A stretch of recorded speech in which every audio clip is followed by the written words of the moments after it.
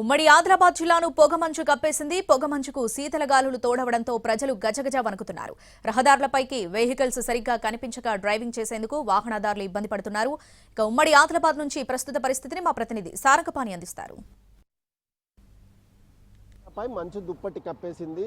ఏజెన్సీతో పాటు పల్లె పట్టణం అనే తేడా లేకుండా మంచు కురుస్తూనే ఉంది. నిన్న ఉదయం 12 గంటల వరకు మధ్యాహ్నం వరకు సైతం మంచు తెరలు వీడలేదు. ఇప్పుడు తాజాగా చూసుకుంటే ఆదిలాబాద్ జిల్లాతో పాటు మంచిర్యాల, కొమరంభీం, అదేవిధంగా నిర్మల్ జిల్లాలో ఈ 4 జిల్లాల్లో మంచు దుప్పటి కప్పేసింది. రహదారులపై వాహనదారులు తీవ్ర ఇబ్బంది పడుతున్నారు.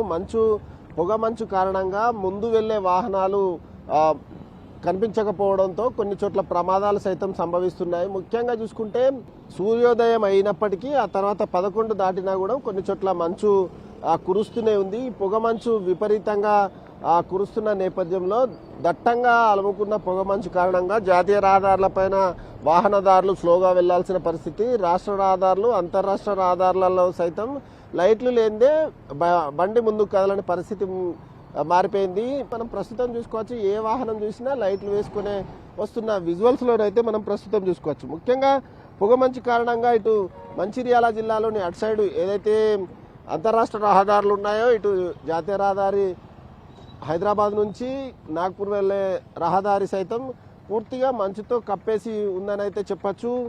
ఉమ్మడి ఆదిలాబాద్ జిల్లా వ్యాప్తంగా చూసుకున్నట్లయితే మంచు కురవడం మూలంగా వాహనదారులు కొంత ఇబ్బంది అయితే ఎదుర్కొంటున్నారు.